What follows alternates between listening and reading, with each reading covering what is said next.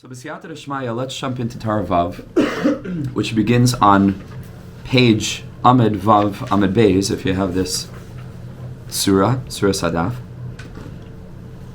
And this Torah is particularly dear to me because over the past now 3 years pretty much, I've been writing a sefer on this Torah Vav.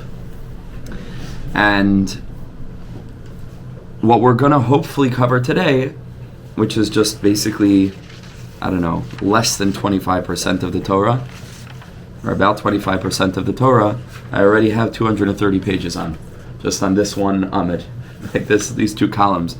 So I've been thinking about this continuously and working on this and learning about it for a very long time. Obviously, we're not going to give over all of the content. At this point, Torah Vav is going to be like a 3-volume set in the book that I'm working on. But it's endless, and it's an incredibly central lesson in Kisvei Breslev because it's known as Rebbe Nachman's lesson on Elul.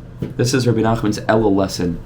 The whole lesson is founded upon the Arizal's Cabalistic intentions for Chodesh Elul, as we're going to see Be'ezras Hashem later in the week. And Elul is very important in Breslev because Rosh Hashanah is very important in Breslev. And the Hachana for Rosh Hashanah, of course, is the month of Elul. And the whole Elul, the Breslevers are learning this Torah. The whole experience of getting ready for Uman Rosh Hashanah, when a person's in Rosh Hashanah, in that Kibbutz HaGadol, we should have a privilege of joining. It shouldn't be in Uman anymore. It should be in Eretz Yisrael, Be'ezras Hashem, B'Bias Geulah. And according to those, some even before Bias Geulah, so Rebbe Nachman has Uman in Yerushalayim.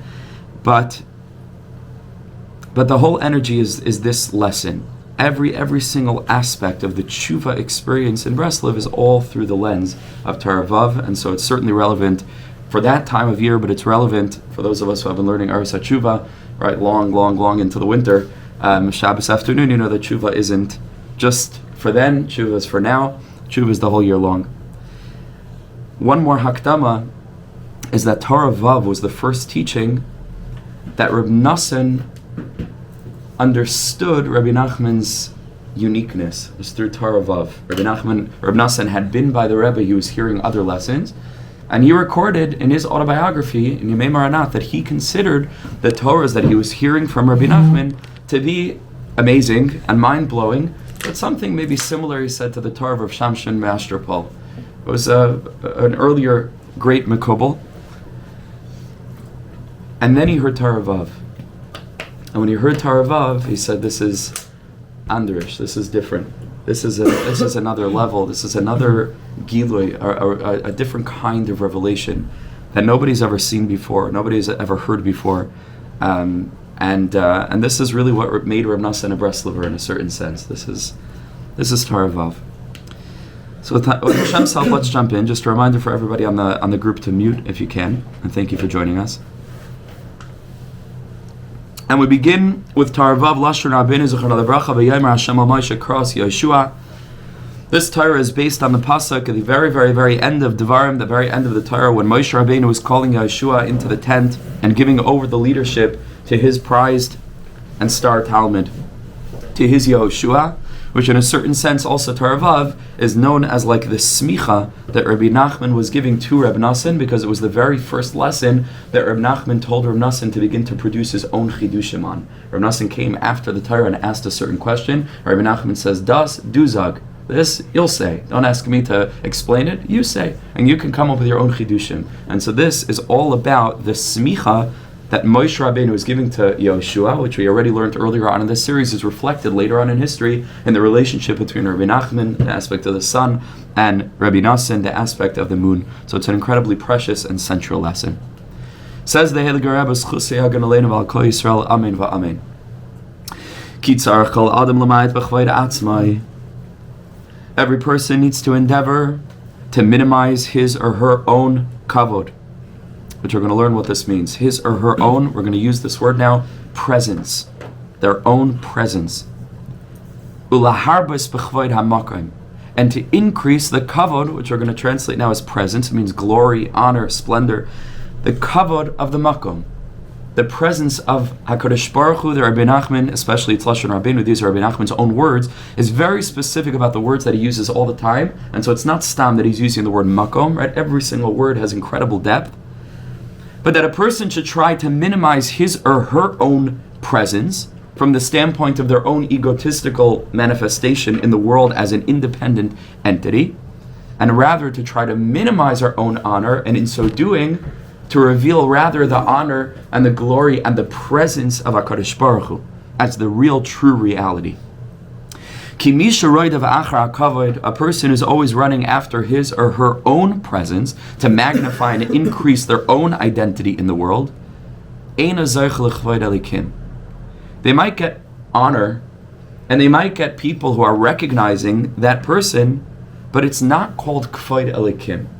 It isn't called godly honor, because it's really not honor that person's bringing to Hashem by revealing Hashem's presence in the world. They're just magnifying their own presence and the way that they're showing up in the world as an independent, like we said, an independent entity. And that only brings into the world not k'vod elikim, but l'chvod shel malachim. They only bring into the world something that's called a kingly honor. And there's a pasuk which says k'vod elikim haster davar, where Shlomo HaMelech says, let's just translate it on a regular level, it is the glory of a king, haster davar, to conceal matters. A king doesn't always have to be explaining everything that he's doing. A king has higher considerations. The regular plebeian, regular common folk don't necessarily know all of the different factors that are called into question when a government makes a decision about a certain thing. We know what we know, but there are other things that are happening behind the scenes. K'vod elikim haster davar. It's the way of God. I'm sorry, the opposite. It's the way of HaKadosh Baruch Hu, right? To be master davar. On the contrary, k'vod malachim, as the end of the pasuk says, k'vod malachim, it's the way of a king, chakar davar, right? To investigate matters. Okay, it could also be there's the aspect of the kavod of the king that isn't necessarily penetrable completely by everybody, but it's the glory of a king. This is what it means on a simple level. Chakar davar, that they investigate things, they go down and investigate every detail. When by God's honor, God is above that, right? K'vod elikim is the glory of HaKadosh Baruch Hu, is haster davar, everything is hidden, but the k'vod malachim is chakar davar. So Rebbe Nachman uses this pasuk where Shlomo HaMelech makes reference to these two concepts of k'vod malachim on the one hand and k'vod elikim on the other hand, each of which comes with its descriptive or prescriptive experience. That on the one hand, there's chakar davar by malachim, where there's a glory that's investigated, and on the other hand, there's a k'vod elikim, which is haster davar, which is concealed. Rebbe Nachman uses this context to reveal and to express these two different ways of showing up in the world and experiencing life. That a person who's running after his or her own kavod is zochet to the k'vod malachim and not the k'vod elikim. And about the k'vod elikim, the pasuk says haster davar, it's concealed. But about the k'vod malachim, shenemar by, it says k'vod malachim chakar davar. Chakar davar, k'vod malachim, is investigated. Rebbe Nachman says what that means over here is that a person who's always running after his or her own glory is chakar davar, means hakol choikrim acher v'she'alim. Everybody's going to be investigating this honor and asking mihu zeh ve'ezehu, which of course is from the Megillah, which over there is a reference to Haman, because Haman is the paradigm of a person who's always running after his own glory, and he thinks everything is about him. V'yaymer Haman b'libai, right? Ruach HaKodesh. We know for sure that Haman said in his heart, who could King Achashverosh be talking about? Who does he want to honor more than me? Right? Because everything was oriented toward Haman's own glory. So Haman serves as a paradigm for this. That a person who's running after their own glory, in the end, everybody's saying, who does this person think he is? He doesn't deserve this honor. Because if it's an honor that's contingent on that person's deserving or earning and trying to demonstrate to the world all the time that they are worthy of honor, so then all of a sudden you open up this door to investigation. Is the person worthy of honor? Isn't the person worthy of honor? In other words, it's a subjective and therefore contingent form of glory because it needs to be earned or deserved. In other words, it's not essential. It's not essential honor. It's something that's additive. It's something that's additional to the person themselves. And so everyone is asking about this person, and again, Haman is the perfect paradigm of someone who ran after his own glory, and in the end, everything was stripped, everything was taken away from him. Mihu zeh ve'ezehu shechalken lekavod hazeh. that people are honoring this person. V'cholkin alav. And they're going to argue against that person. SHIURIM, and they'll say, that this person is not meriting this glory at all. But a person is always running after his own glory. That a person is minimizing his or her own presence, which does not mean chas v'shalom, that a person just bows their head down low, doesn't do anything in this world. No. Because the person's doing things in this world to increase the presence of HaKadosh Baruch Hu, to spread the word about Hashem's presence, to spread Emunah consciousness, even though it might look like it's that person's own glory, because it comes along with a certain level of stature and a certain level of respect that people recognize that there's something special about this person who's involved in this kind of work. But such a person as I, who zeichel l'chvod eliki, that person's glory is not his or her own glory. There's zochet to kvod eloki, which the pasuk told us that even though kvod malachim chakar davar, but the beginning of that pasuk is kvod elikim is haster davar. Kvod elikim haster davar. Vaz ein bnei adam chayker mal kvodai. Such a person, it's clear to people, and even if it isn't clear in the beginning, and maybe some people mistaken it, and this could happen all the time, right? That people look at a person who's trying to increase the glory of Hashem in the world, and they might interpret it as the magnification of this person's own honor. But in the end, it will be proven, and it will be absolutely justified and clarified and clear to the world that this person was not in it for his or herself. This person is lishma. And that might take a process of birur. Rebbe Nachman says in Sichas Saran that all the people that are fighting against me, said Rebbe Nachman, they're actually not fighting against me. He says they invented a person, what we call it today a straw man, right? A straw man argument. They invented some other person and they're fighting against that person, but it's not me. I never said the things that they say that I said. I never did the things that they say that I did. Such a person is right to be, that I'll stand with them and I'll fight against that imaginary person, but that ain't me. That's not me. So you see, even by a tzaddik, that it seems to be that people are chayker acher kvaydai, but it isn't really his kavod, because they're making the mistake to think that this person has their own independent kavod, but that isn't true, right? To the extent that the person is mistaken to have taken for themselves a special kind of kavod where it's misinterpreted as the magnification of that person's own identity, as opposed to simply serving, like we learned in Torah Beis, as a channel, and Torah Dalet as a channel for the energy of HaKadosh Baruch Hu, so then people are chayker acher kvaydai. But if that isn't really true, and the person's whole kavod comes from the essential kavod of kvod eliki, so there's no room for chakira, because it isn't a subjective kavod that's penetrable by people, right? And that's something that can be investigated. It's something that can be questioned because it's unquestionable, because it isn't a kavod that's earned or deserved. It's an essential kavod that comes forth from a HaKadosh Baruch Hu, who is the mechuyev hametzias, who is the true necessary extant, who is the reality that is unable to be, like, it's unimpeachable. It's impossible for people to come and to argue on that kavod. It is an essential kavod. Such a person is zeicha to kvod eliki. And again, even though they might argue on that person, but they're not actually arguing on that person, they're arguing on something else. But if this person is fitting for this honor or not, about such a person the pasuk says, kvod elikim haster davar. When a person achieves this kind of glory, when a person nullifies their own sense of identity and they really assume mission orientation, they're here in this world as a shliach, and they see themselves as a shliach, and the royal crier of the king, who walks in the street and he rings the bell, like it used to be in the old days, I think probably here on these very streets, right, and walks around with this handbell and he says, hear ye, and everybody gathers around. Whose glory is that? There's nothing fundamentally special about this person.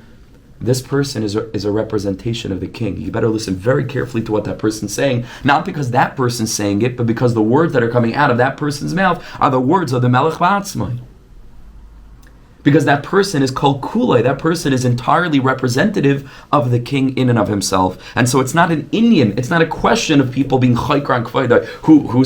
Who's this person? Why should this person be? What are you talking about? He doesn't exist. There is no person there. What you see is the mouth of the king. And it's nislabish in the shliach and shlucha shaladam kamoisai. If a person sees him or herself as living in this world, ach v'rak, for the sole purpose of bringing soul purpose, S-O-U-L as well, right? For the soul, for the spiritual purpose as a neshama, to bring HaKadosh Baruch Hu's energy to the world, to be marbe b'chvayt ha'makayim, to enable people to recognize that wherever you go, in every makayim, HaKadosh Baruch Hu's in that place, to be marbe b'chvayt ha'makayim, to teach people that no matter what experience they have in their lives, the ups, the downs, they seem to have fallen out of the lap of HaKadosh Baruch Hu kaviyachol sham mekaymai, right? Milay chol ha'aretz kavaydai, HaKadosh Baruch Hu's covet, his presence is milay chol ha'aretz in every place and in every time, and no matter what a person's going through, and a person's whole thing is to be marbe that, so then that person doesn't exist. That person is nothing but a channel for the presence of HaKadosh Baruch Hu, and that kavod is unimpeachable, because it isn't his kavod, it's his kavod, with a capital H, it is HaKadosh Baruch Hu's kavod. Ki asalach ala kavod hazeh. Such a kavod is unimpeachable, it's impossible to protest, because it's essential, it isn't subjective. And this, of course, just very briefly, is represented in the opposite of Haman, who was Mishnah Lamelech Achashverosh, right? In that place, even though that title was later given to Mordechai, right? But Haman is mamish like the right-hand man of the king. In another Mishnah Lamelech, who's Yosef HaTzadik. By Yosef, you see the exact opposite. Yosef comes to interpret Paro's dream. He gives his interpretation. He turns around and he starts walking back to jail. And Paro says, "Oh, hold on 1 second. Who's supposed to do this?" So Yosef says, listen, find somebody, he's a very wise person, put him in charge and he'll do it. And Mamash Yosef meant that errands. Like he says, listen, I'm not here for myself. I was called upon to do a task. And then Paro says, after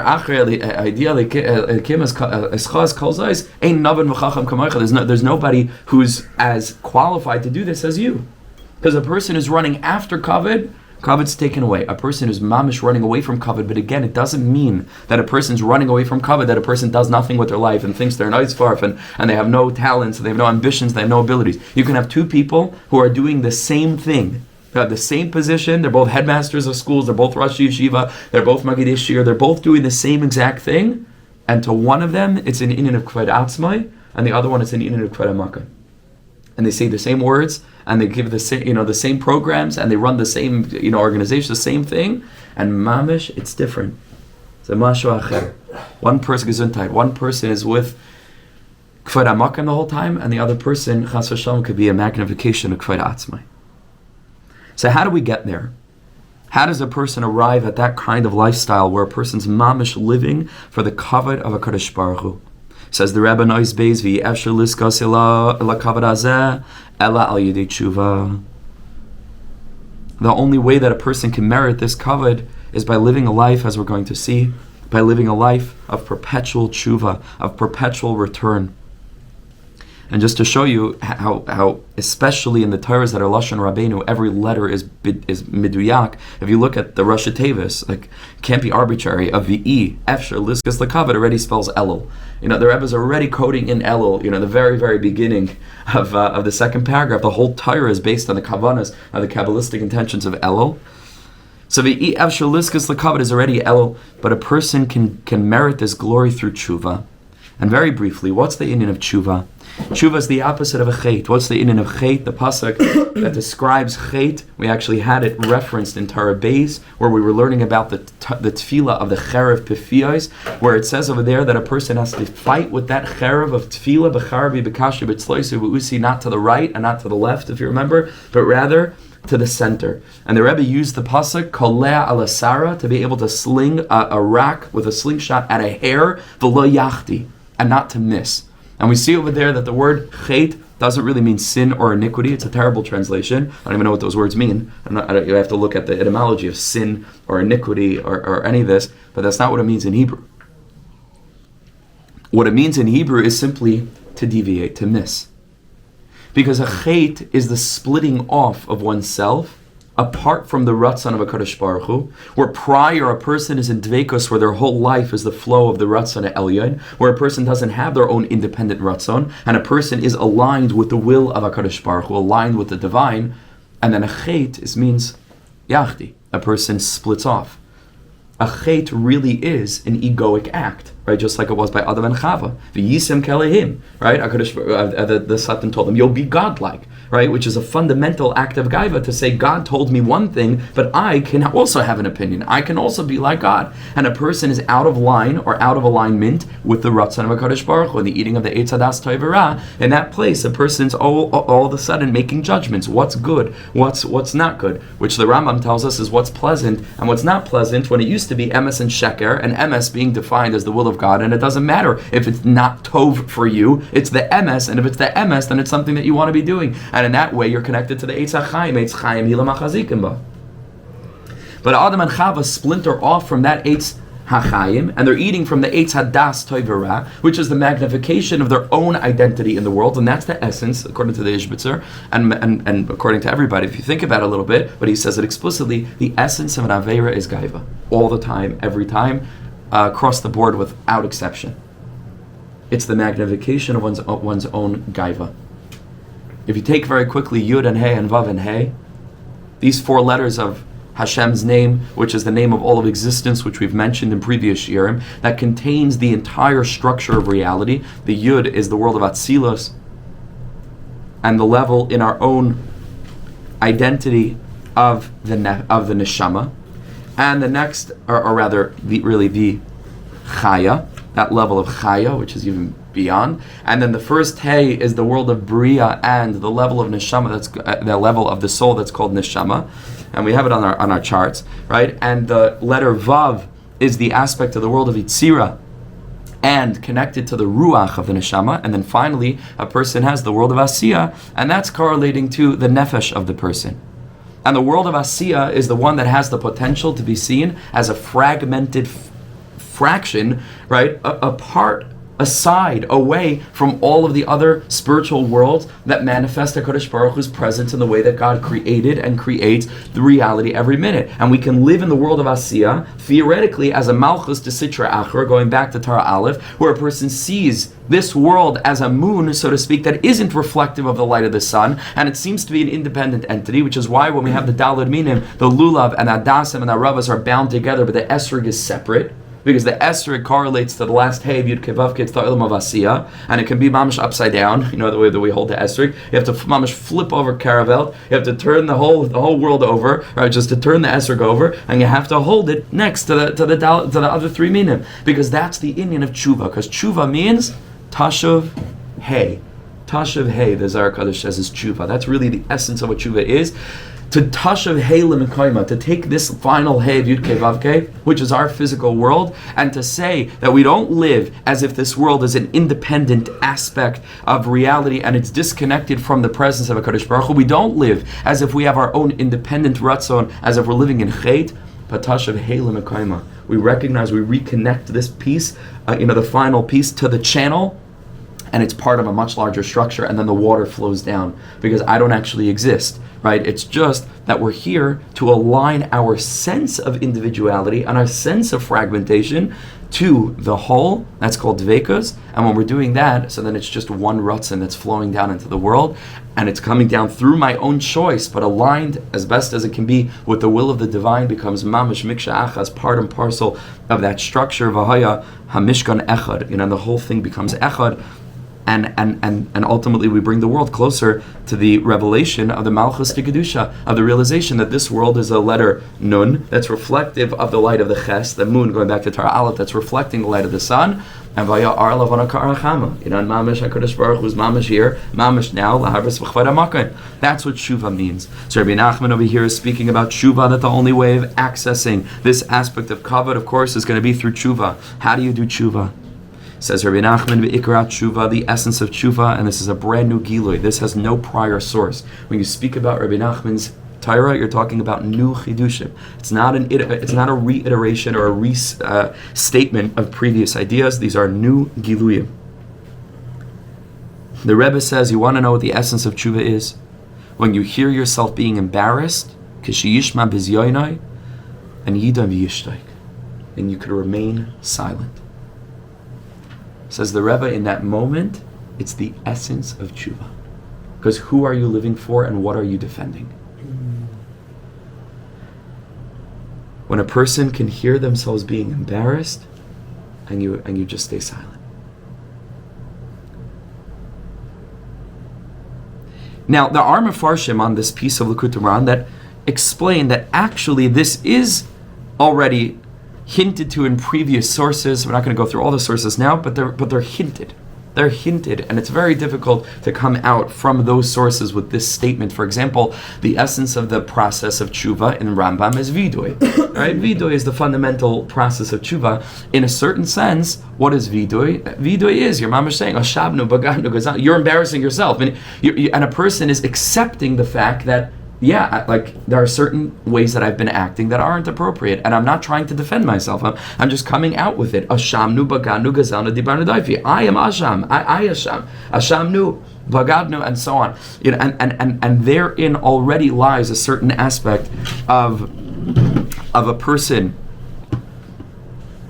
A certain aspect of a person who's already yishma bizyoynoi idam v'yishtaik, and that's one of the diyukim that Rebbe Nachman makes, where a person doesn't necessarily have to wait for someone else to embarrass that person, because that's contingent on someone else. And how could it be that a tshuva process requires some circumstance that isn't in a person's own capability, even though there is a certain aspect of tshuva that always is outside a person's capability, which is called in the Rambam Tshuvas HaMishkal, where a person has to be ba'isa makam, ba'isa isha, with the same woman in the same place and then not do it, and that's something that a person can't orchestrate. That's just min hashamayim. Okay.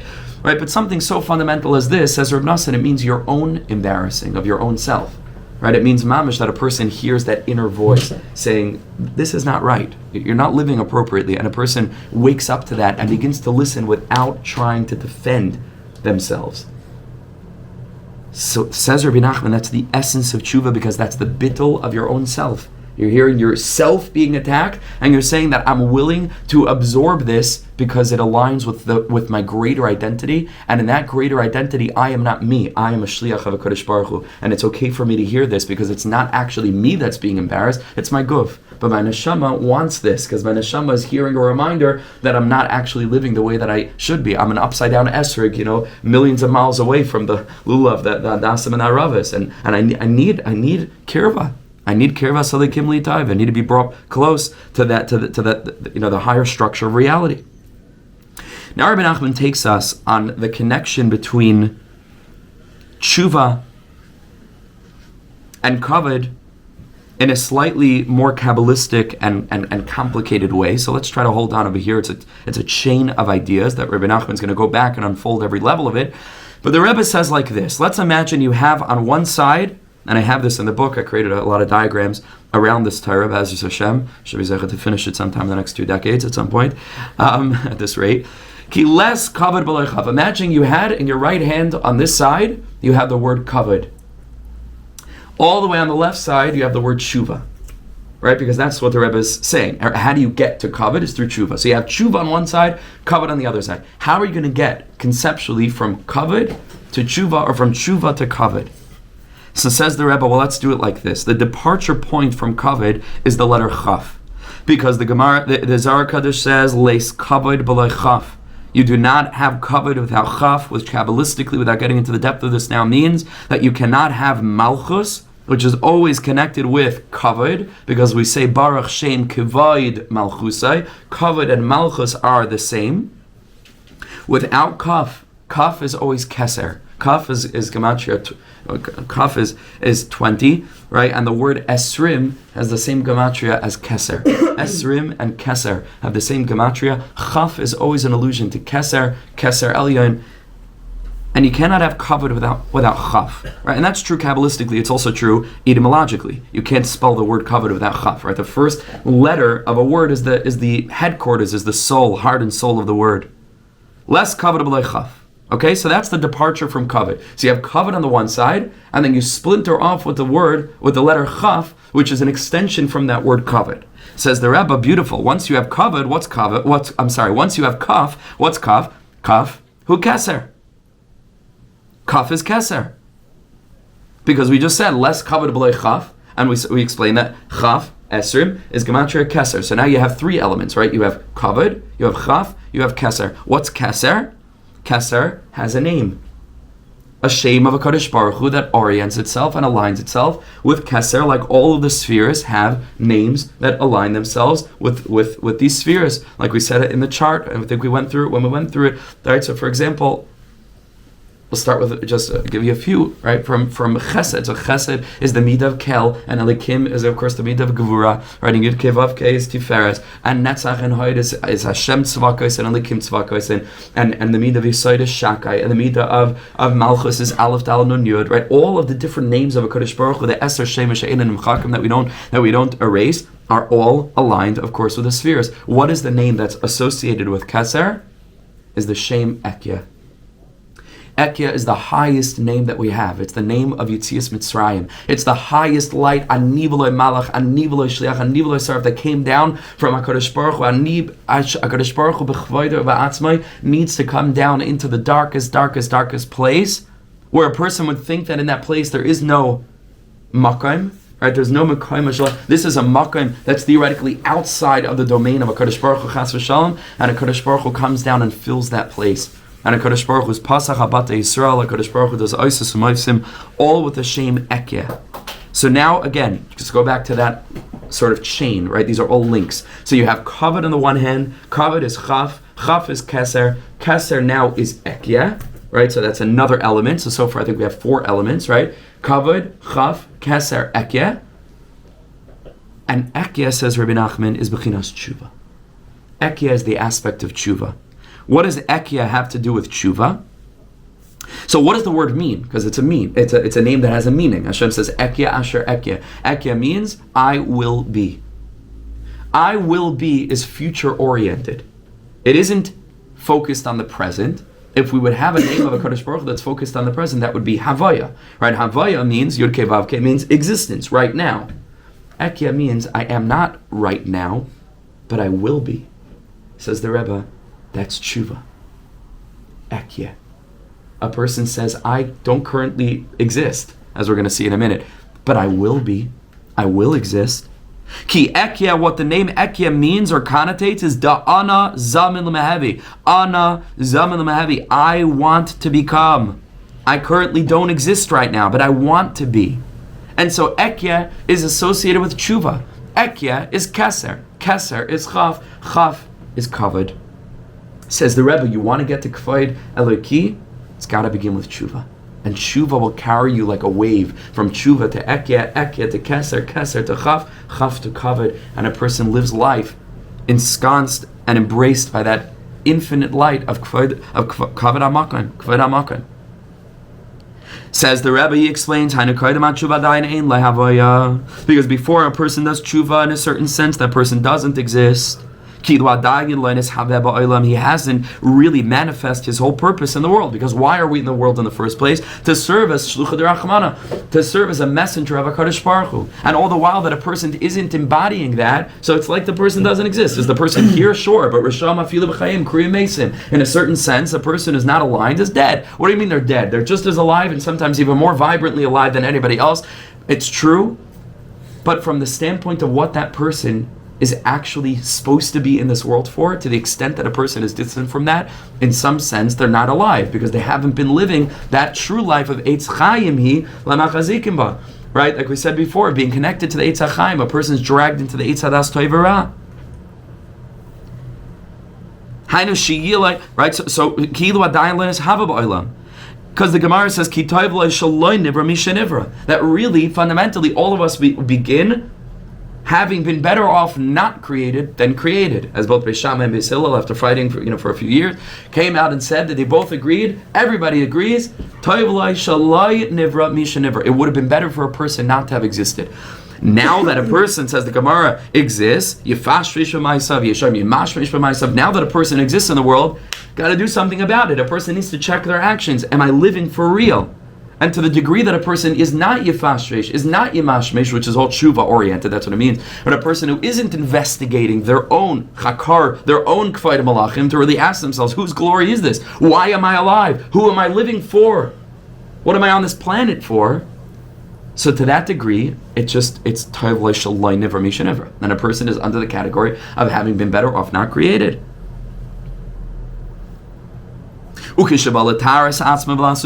a person comes forth to purify him or herself and to do tshuva, then the person is in the aspect of ekya. He doesn't exist right now, but he wants to be. I'm ready to become. I'm ready to live a life of kfayid eliki. I'm ready to align my esrog, keep on using that terminology, with the other of the three minim. I'm ready to live in a world where I can channel down through my consciousness the energy of malchus to kedusha, to align my levana in my own life and through my perspective on world events, going to Torah Dalit, or no matter what a person goes through, both the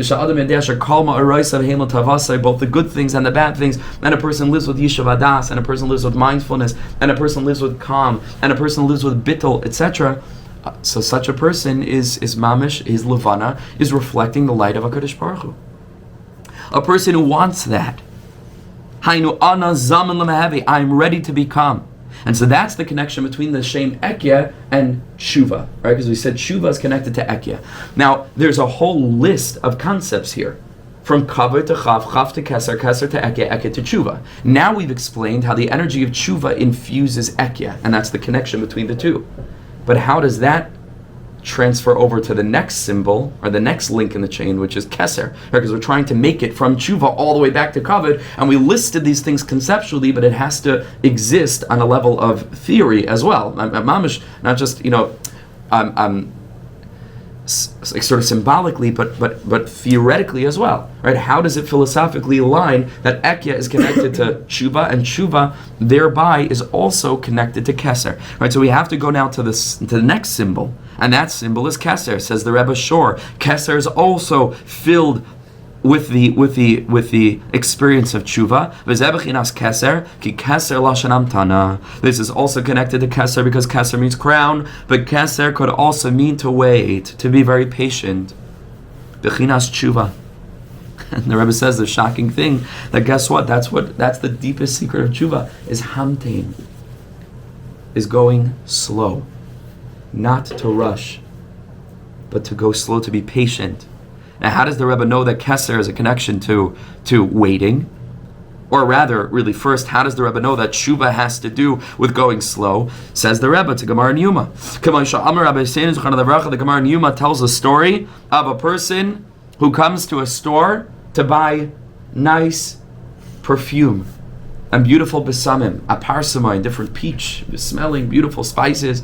And the owner of the store tells the person, hold on 1 second, you're going to be measuring out your spices, wait for me, because I'd like to join you so that we can both experience the beautiful reach of it together, because maybe all the jars are sealed, it gets to keep the smell in, and if you open it up already, I want to also be there. I want to benefit from the scent as you're measuring out the besamim that you intend to buy.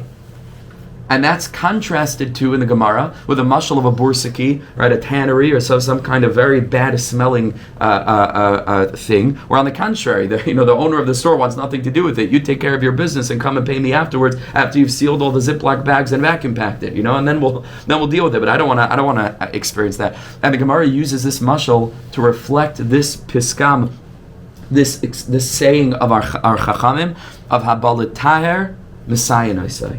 That a person who wants to do tshuva, Messiah Nosai, HaKadosh Baruch Hu helps that person. So the Gemara says, Habalatar Messiah Nosai, a person who comes to do tshuva is aided, is helped. Mashal echad shabaliknas haparsamoin. This is a mashal for a person who came to buy spices, Aimrim Lai, and they tell that person, Hamtein. They tell that person, wait. So if you were to look at this Gemara and identify one fundamentally non-essential element, it's the word wait, right? Because that's not the point. Okay, what does he tell him to wait? Because he happens to be on the other side of the store. If the guy was right there, he wouldn't need to tell him wait. He would just come around the counter and do it with him. It's like in the mashal that they used, he had to tell him, Hamtein, wait for me, because he's mamash about to do it. But that's not essential to the point of Abalatar Messiah Nosai. Rebbe Nachman, with his different way of seeing things, hones in on that element. He says that's the most important element of the whole Gemara. That Habala Taher, you're going to come to do tshuva, and Enechanami Messiah Nosai, you have to trust that HaKadosh Baruch Hu is helping you, but you have to know the secret of Hamtein. It's not all going to happen right away. There are going to be obstacles and difficulties and challenges that a person needs to overcome. A person shouldn't rush, not to quote, but will elevate to Chuva. There's a certain song, I'm not going to mention his name. It's an old song from the 80s, I think, or maybe even earlier. Probably earlier. Yeah, probably way earlier. 50s, 60s, 50s, really, which is called Fools Rush In. Right? Fools Rush In. A song like that. Fools Rush In. Baruch Hashem. Maybe nothing. You'll look it up afterwards.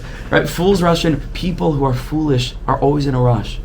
You don't rush into anything. You always tell people who are starting to do tshuva, say, go slow. Very measured. Don't rush into anything. Go slow.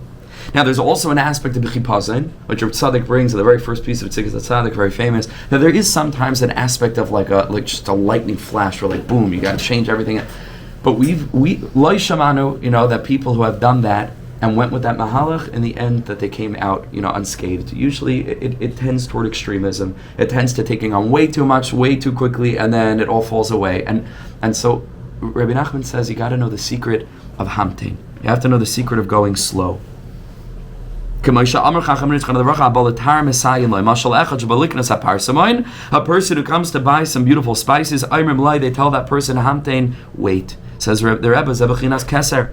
And so that aspect of waiting is the aspect of Chuva, because that Gemara is talking about the context of abalatar, which is the aspect of Chuva, says the Rebbe, and that's also reflected by the word keser, which means to wait. Kater li ze'er va'achaveka, which means wait for me a little bit, va'achaveka, and I will speak. This is what the friends of Eov were telling him, wait for me. But you see that the word keser, kater, the same letters, could mean to wait.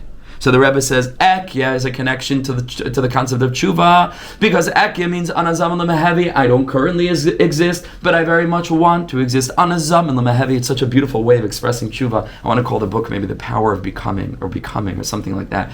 Right? Even though Michelle Obama has a book by the same name, but we'll figure that one out. I'll sue her and whatever. But I had the idea first. So what does it mean that a person wants to do Chuva? Anazam and Lemahevi. I'm ready to become.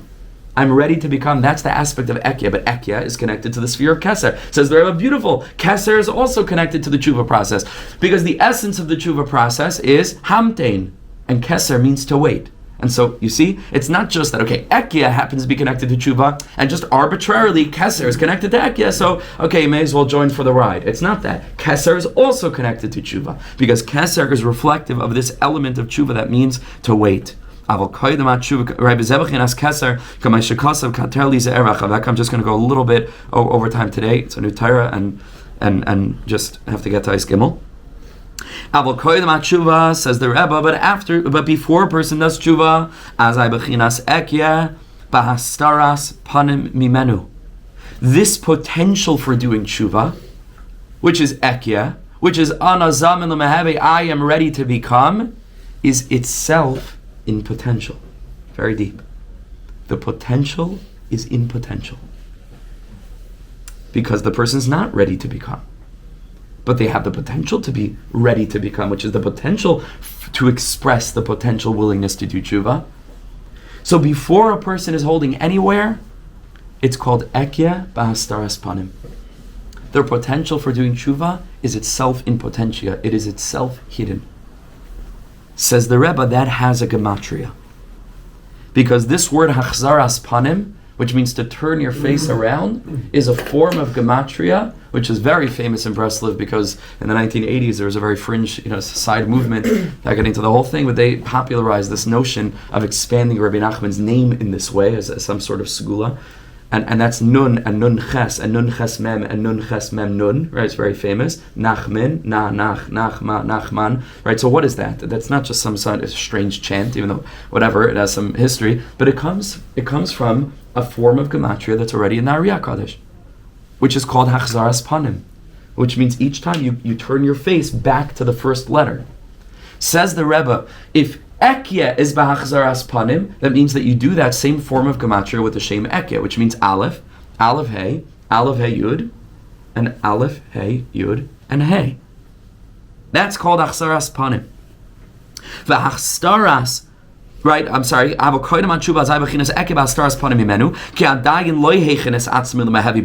has not prepared himself to be prepared to be, right? Because again, that ekya is not doing tshuva. Ekya means I'm starting the process. I'm ready to become, but a person is not ready to become. So ekya is hidden, and that is gematria dam.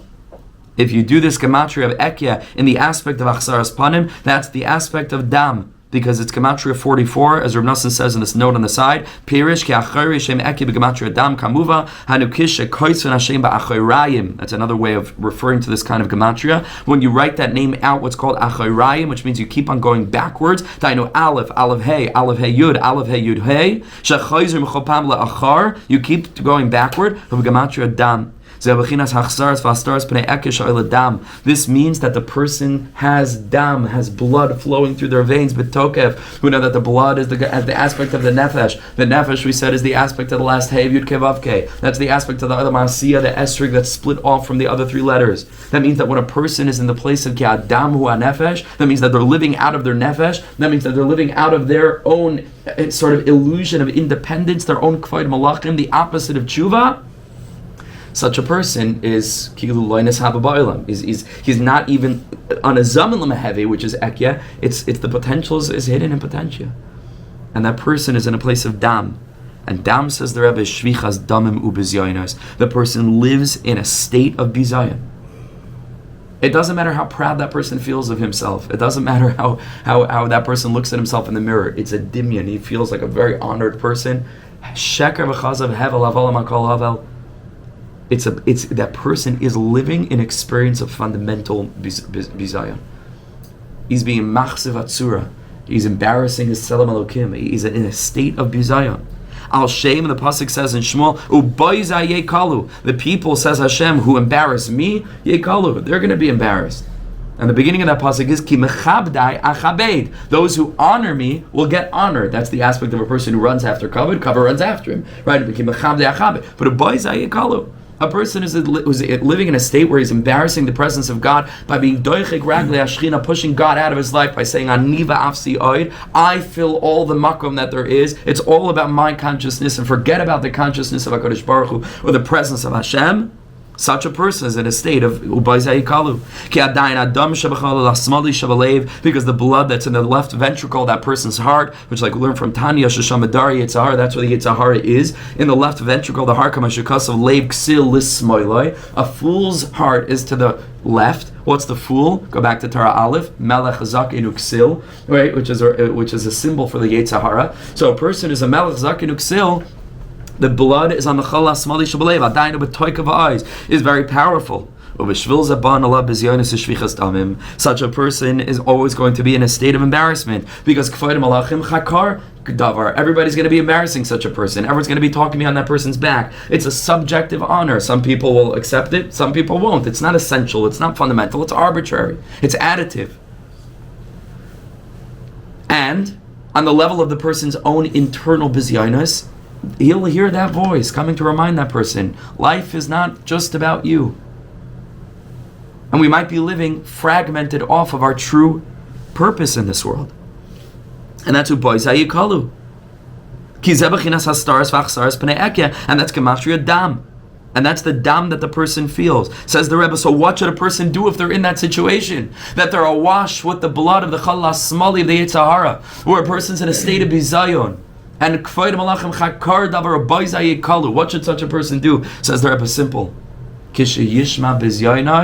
When you hear yourself being embarrassed, yidaim v'yishtak, stay silent. Says the Rebbe, take that word dam and turn it into daim. Daim is silence. Same letters, different nakudas. Turn dam into daim. The nakuda of the dalit of dam is a patach, which means that your mouth is open, dam, and a person's always talking all the time, and a person's defending their honor, and a person's this, and that's dam, is patach. And cholam means vatachalom, okay? It means a certain kind of silence, to be silenced. And you go from the bottom of dam to the very top of dome. And you go to the silence. Be among those people who hear themselves being embarrassed and don't respond. And a person isn't being medaktik on their own kavod. Says the Rebbe, and with here we finish. I'm sorry for going way over time today. When a person is fulfilling this aspect of being silent toward HaKadosh Baruch Hu, then a person will prepare corpses for that person. Right? The Gemara in Gittin says that there was a person that was being embarrassed and attacked, and he went to his tzaddik and he said, please, what should I do? Can you do something, say something to stop them? And he said, you just respond with silence, and HaKadosh Baruch Hu will make chalalim. HaKadosh Baruch Hu will take care of them and make corpses. Right? Chas v'shalom, HaKadosh Baruch Hu will take care of them. Right? And he based that on the pasuk, Doim la Hashem, be silent for Hashem, which also means to wait for him. So that's hamtein, right? But over here, it means to wait for him, but it also connotes chalal, v'hischolel. Right? There will be corpses that are created for you. Dom la Hashem v'hischolelai. Says the Rebbe, yes. V'huyapalecha chalalim. Hainu, you know what kind of chalal we're speaking about in our context? The libi chalal bikirbi. Where David HaMelech says, my heart was emptied within me. Emptied from what? Emptied from blood. The blood of the chalal asmali shebelev, which is the Yetzer Hara. When you're mekayim dam to daim, so daim la Hashem, if be silent for God, v'hischaylalai, v'libi chalal bikirbi. HaKadosh Baruch Hu will end that aspect of the Yetzer Hara. The dam that's b'chalat tokef and the chalat smali in the left ventricle, the heart, will minimize v'zebechinas zvichas Yetzer Hara. What was David HaMelech saying when he said v'libi chalal b'kirbi, that my heart is vacant within me? It meant that he shechted the Yetzer Hara. Then you're zeiche to godly honor. Kamay shekasav zoveach toida, a person who makes a thanks offering, Yichabdanani, has honored me. And Chazal say in the Gemara Sanhedrin, Al Zvichas Yetzer Hara. Here you see how Chuva brings a person to kavod, because Chuva is Ekya, and before Ekya was Hachsaras Panei, Ek is Gematria Dam, and the person does Chuva, which is turning Dam to Daim, which is a revelation of the potential for potential Chuva, which is Anazam and Mehevi, and that means that a person goes from Dam to Daim. That brings a person to Keser. Keser means to wait. You have to wait sometimes along the process, and it takes a long time. That's the Bechina of Hamtein. A person has to be patient. But once that's activated, then a person is Zocha to go from Ekya to Keser. And when a person is Zocha to go from Ekya to Keser, Daim la Hashem, v'hischaylalai dam turns to Daim. A person is Zocha to V'libi chala b'kirbi. This is Vichas Yetzer Hara. And this is Zoveach Toida Yichabdanani. In so doing, we bring glory to HaKadosh Baruch Hu, we're memayit b'chvaid atzmai, and we start to live a life of laharbis b'chvaid hamakan. I'm sorry for going way over time, but it's an excellent start, an incursion into Torah Vav. Yeshua Kehal Yedidim, thank you so much. Thank you for joining us, everybody who joined on the call. Have a wonderful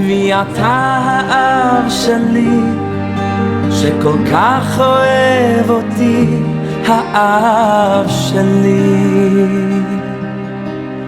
מלך חי וקיים על כל נשימה שאני